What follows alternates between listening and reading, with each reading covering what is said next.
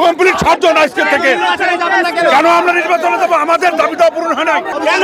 আশ্বাস দিতে আশ্বাস দেওয়ার জিনিসপাতির দাম বাড়ায় দিতে। আমার ভাইয়ের পায়ে গুলি কেন? আমরা তো কোনো অস্ত্র নেই, কোনো পাথর নেই, কিছুই করিনি। আমাদের আমরা অর্ধহারে বলছি সরকার আমাদের সঙ্গে।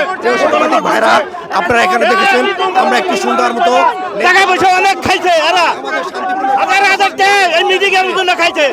রাষ্ট্র এসে কেন? আশ্বাস দিতে আশ্বাস দেওয়ার জিনিসপাতির দাম বাড়ায় দিতে।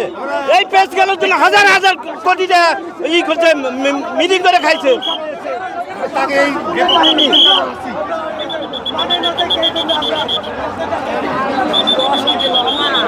আমাদের দাবি ন্যায্য দাবির জন্য আমরা দাঁড়াইছি। আমরা তো কোনো অস্ত্র নেই, কোনো পাথর নেই, কিছুই করিনি। তারপরে আমাদেরকে তারা পানি দিয়ে ভিজাইছে, গ্রেনেড হামলা করছে, মারছে, আমাদের সাথে এরকম অন্যায় করছে তারা। আমরা তো আমাদের ন্যায্য দাবির জন্য আসছি। সেই 2010 সালে দিছে পে স্কেল। এখন আমাদের কত সাল হয়েছে? আমাদের এখন পে স্কেল দাবি না আমরা?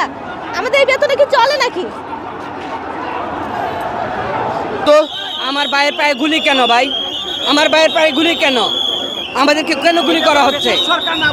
এটা কি 5 বছর পর পর পে স্কেল দেওয়ার কথা না ভাই? আমরা আন্দোলন করতে হবে কেন? আর আমরা তো সুষ্ঠুভাবে আন্দোলন করতে পারছিলাম, কেন আমাদেরকে গুলি করা হচ্ছে? আমরা কেন গুলি করা হচ্ছে আমাদেরকে? আমার ভাইয়ের পায়ে গুলি কেন ভাই? আরেক ভাই তো হসপিটাল নিয়ে গেছে আহত অবস্থায়। আমাদের গুলি কেন ভাই? আমরা আমাদের ন্যায্য দাবির জন্য আসছি ভাই।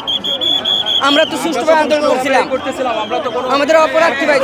আমরা হামলা করি, আমরা সরকার কর্মচারী, এই কি আমাদের অপরাধ? আমরা ন্যায্য দাবির জন্য আসছিলাম।